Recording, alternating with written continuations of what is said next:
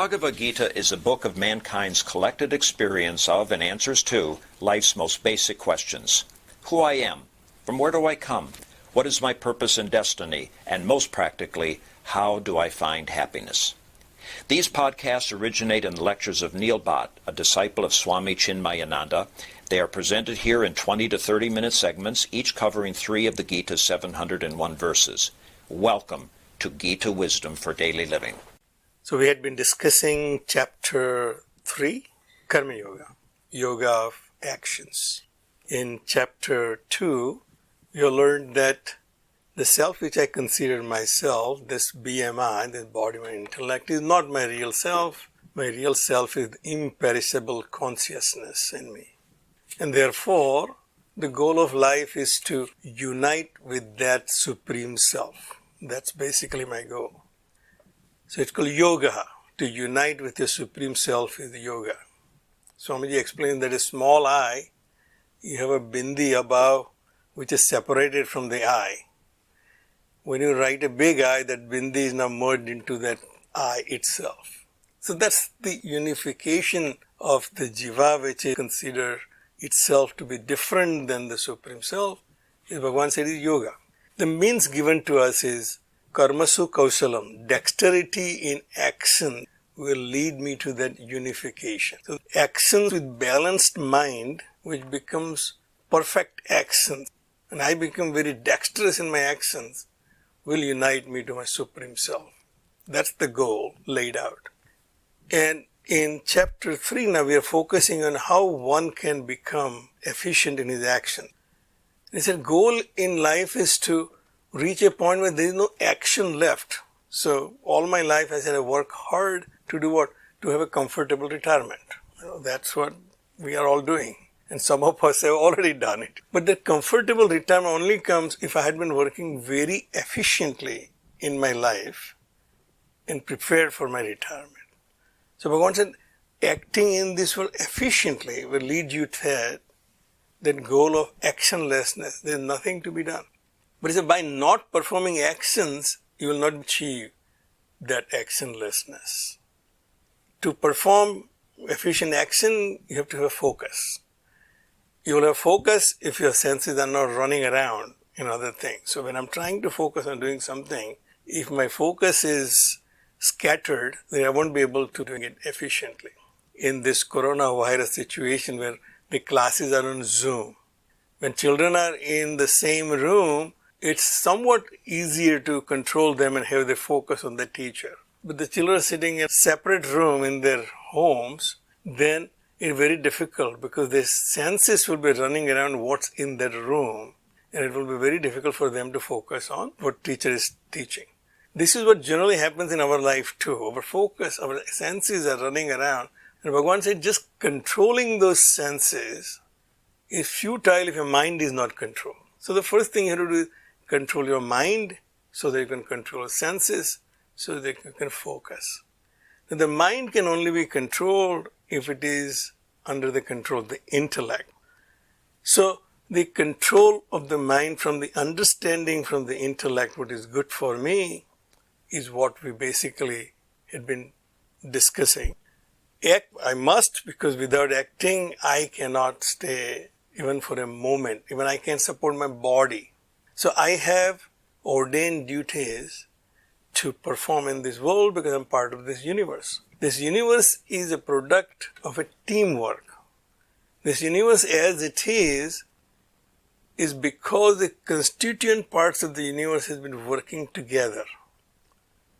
So at our level, you can understand the prosperity of the society or a community or a country is not because what the policies the government has established, but how the individual citizen have acted. So United States at one point was an industrial country. We have the industries for our prosperity, big railroad companies, big oil companies. Well, industrial age is over, but we are still prosperous because we continue to innovate. Now, information technology, one of the greatest technology companies are in the United States. So it is not what the government does, but what individual members of the society do together to create the situation. So this universe is as it is because of the teamwork of all its constituent parts. And because I am part of this universe, I have ordained duty. I have to be a team player, Bhagavan said. So we have seen the cycle, Annad Bhavati Bhutani. I am dependent on the food is dependent on rains are dependent on yagna, the collective actions. Yagnas are dependent on individual actions, and individual actions are dependent on the consciousness. Individual consciousness is there because of the supreme consciousness which is all pervading. So at the end of the day, I'm part of this team and I have my ordained duty. As long as I'm part of this team, I have to do my duty. But he said the individual actions done selfishly are binding. If I just do it for myself, they're binding. But if I do it for greater good, they're liberating. So selfless actions are liberating, selfish actions are binding. Therefore, Bhagavan said, you act for yagna, for greater good. If I reach a point where I'm not dependent on the society at all, I become atmanistha, atmatrupta. So we have seen the definition of atmanistha and atmatrupta. One who is not dependent on the world of objects for anything. He's self-content. He's the only one who does not have any duty. It also doesn't matter what he does or he doesn't do. So it is something like, in my deep sleep, I have no duties. No actions are required from me because in my deep sleep, I'm not dependent on anything, including my own body, my own mind. I'm not dependent on anybody. There is no action. All the actions or the duties in my life is because of my attachment to the world of objects and beings. When I withdraw that attachment from the objects and beings and turn it toward myself, more I become established in myself, less I will have needs to act. When I become completely self-content, there is no duty. But once after that, what I have done and what I have not done, I am not concerned with. So Bhagavan said that your goal should be now is to become that self-content person. To become one, Bhagavan said, tasmat asaktaha satatam karyam karma sam achara. Therefore, always perform actions which should be done without attachment. Now, we had been struggling with this attachment and detachment. So, the attachment is the very nature of my mind. My mind gets attached to objects and beings. Detachment is a violent act of detaching my mind from what it is already attached to. And it's like that commercial for the cooking pan. If you have a regular pan, you cook the food in it, the food gets stuck to that pan. So now you have to violently scratch that food out of that pan. Attachment has already occurred. Now I'm trying to detach it by scrubbing it violently to take the food out. And that's not really pleasant situation. So Bhagavan said, if you're a Teflon coated pan, you cook food in it, it doesn't get attached in the first place. Now there is no violence required to detach it because it's not attached in the first place. So all throughout our scriptures, the concept of asanga. Asanga does not mean get attached first and then detach it. I'm going to get attached to this world while I'm working because that's how the grosthis live. He said, if that's the case, you'll have this violent detachment. In that process, something or someone gets hurt. A child is playing with a toy. And you say, no, it's time to study. You take the toy away. You are doing your duty. But the child is unhappy. So, if you allow attachment to happen, it will always be difficult to detach. It can be detached, but it requires lots of effort. So, a child, when the time comes, you have to remove the toy, but you have to explain to him why it is not now time to play. And therefore, let's put the toy aside, and then when you are done with the studies, you will know all things, and then you will get this. So, there's a lot of efforts required to detach from what I'm already attached. Bhagavan said, better than that, don't get attached in the first place. Before you start your action, before you start cooking, select a pan which is Teflon coated. Therefore, you don't have to worry about scrubbing it. Prepare your mind before you perform actions for unattachment. That asanga. Asanga is unattachment. Attachment never had a chance to take place. Tasmat asaktaha. Prepare your mind before you act, that this action is my duty and I really don't have anything to gain out of it. What I need, Bhagavan has prepared for me. So, asakta satatam. It's not that once in a while I do selfless actions. So what we consider selfless actions is once in a while I do charities. Once in a while I take part in volunteering work. But that's good enough. Bhagavan is not good enough. Good action is not good enough. You have to satatam. Tasmat asaktaha satatam karyam karma samacharaha. Constantly act in this world without attachment. For that you have to prepare your mind that all my actions are nothing but offerings to the Supreme Lord who created this universe. Asakta hi acharan karma param apnoti purusha. Acting in that manner, first preparing your mind how to act, which does not create attachment, then act constantly in that manner. Bhagavan says that is the way to achieve that unification with your Supreme Self. The question is that even possible? By the time we finish the sentence, we come to the conclusion, that's not possible. So Bhagavan said, no, it is possible. In past, great people have done that. So the next verse says, Karmani eva hi sansiddhim asthita janak adayaha.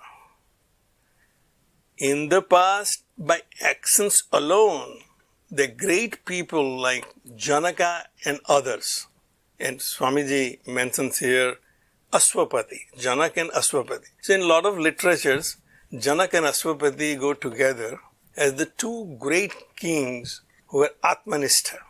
They performed their kingly duties, but they were Atmanistha. They were established in this self.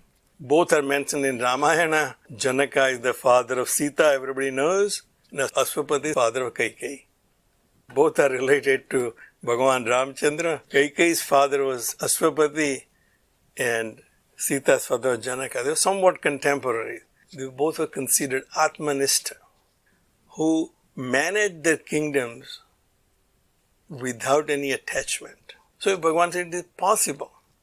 So if they could do it, they could run their kingdoms without any attachment, you should be able to run your daily duties, your little sansar without getting attached. Loka sangraham eva api sampashyan kartum arhasi. It's not that I have created an unattachment and I don't want anything from the world, so I don't do anything. He said, no, even for the betterment of the society, for the preservation of the society, you have to act.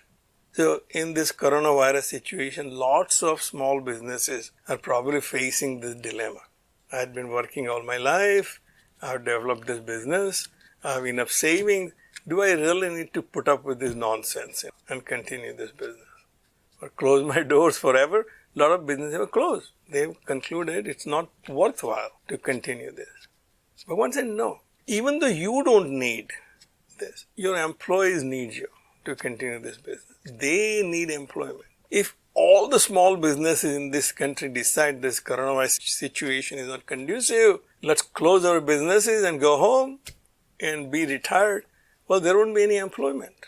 So even though you may not need this business, for the sake of your employees, the people who depend on you, you have to continue, put your effort. Loka sangraham eva api sampasyan kartum arhasi. You, Arjuna, is the royal prince, and even though you may not want anything out of it, but it is your duty to see the growth and preservation of the society, and therefore also you should act. So the Bhagavan said, first prepare your mind, so it doesn't get attached to the actions, then act in this world selflessly, keeping in mind that you have a duty to even preserve this society and the community and your larger goal other than your own. Swami Chinmayananda, and even I heard Swami Vivekananda saying that if I was selfish enough, I'll just go to Himalaya, sit in a cave and become realized, and I'm done with it. But that's not the goal. My goal is to come out in this world and preach people, teach people what is right, how to act, how to lift yourself out of your miseries, and also lift the society along with it. So both Swami Vivekananda and Swami Chinmayananda tirelessly worked all their lives for just the betterment of the society. So it's Loka Sangram Evapi Sampasyan Kartum Arhasi. You should act for the others only. How I said you should act appropriately so that you become a role model. Yat yat acharati sreshtaha tat tat eva itaro janaha. This is the statement of fact. It's a psychological fact Bhagwan is stating here. Bhagwan is the greatest psychologist. Bhagavad Gita can be a book of psychology.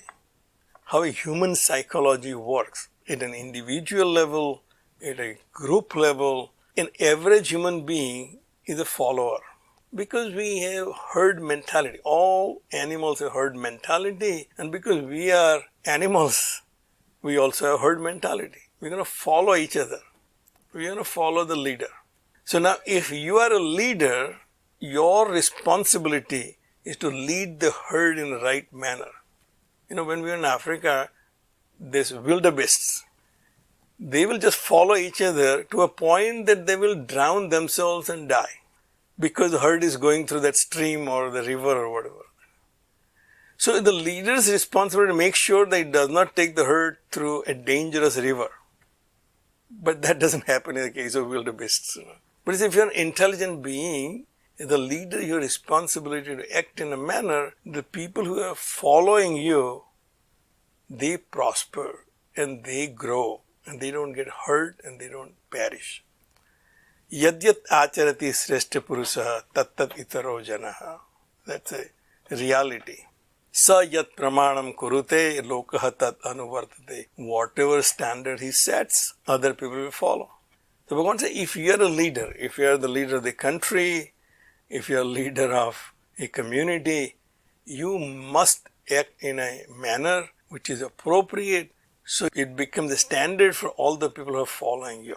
So in Sanskrit we say, Yatha Raja Tatha Praja. As the king, so are his subjects. Now, if I don't consider myself to be a leader, Bhagavan said, you are mistaken. You are a leader at some level. There will always have somebody who is following you. Consider you as a role model. At the basic level, you as the leader of a family, as a parent, you are a role model for your children. So that's at the basic level. If you are a owner of a company, your employees, you become a role model. This joke I have heard that somebody came for a collection to a company and the boss had told the secretary that if he comes, just tell him I'm not here. The guy said, I'll wait. He said, he's not here. I said, okay, then I'll wait till he comes. We don't know when he's coming. That's okay, I'll wait. The guy waited the whole day, but he never left. Finally, the boss was hiding inside. He came out and said, I just want to ask you one question. How did you know that I'm here? I know you waited because you knew that I knew everybody in your office were working very efficiently and very sincerely. If you're not here, that could not have been the case. So when I saw everybody working so sincerely, I knew you were there. So, yat pramanaha kurude. As I do, people will follow me. So, at some level, without you knowing, you have become a role model. Bhagavan said, each one of us have a duty to act in this way accordingly, so we become a role model for someone. We'll stop right here. If you find this podcast helpful, please support it by donating any amount by going to the episode's website at neilbhatt.podbean.com or at chinmayarichmond.org. Thank you. Om Sarve Bhavantu Sukhina Sarve Santu Niramayaha Sarve Bhadrani Pashyantu Ma Kaschid Dukkha Bhag Bhave. Om Shanti Shanti Shanti. Harihi Om. Shri Gurubhyo Namaha. Harihi Om.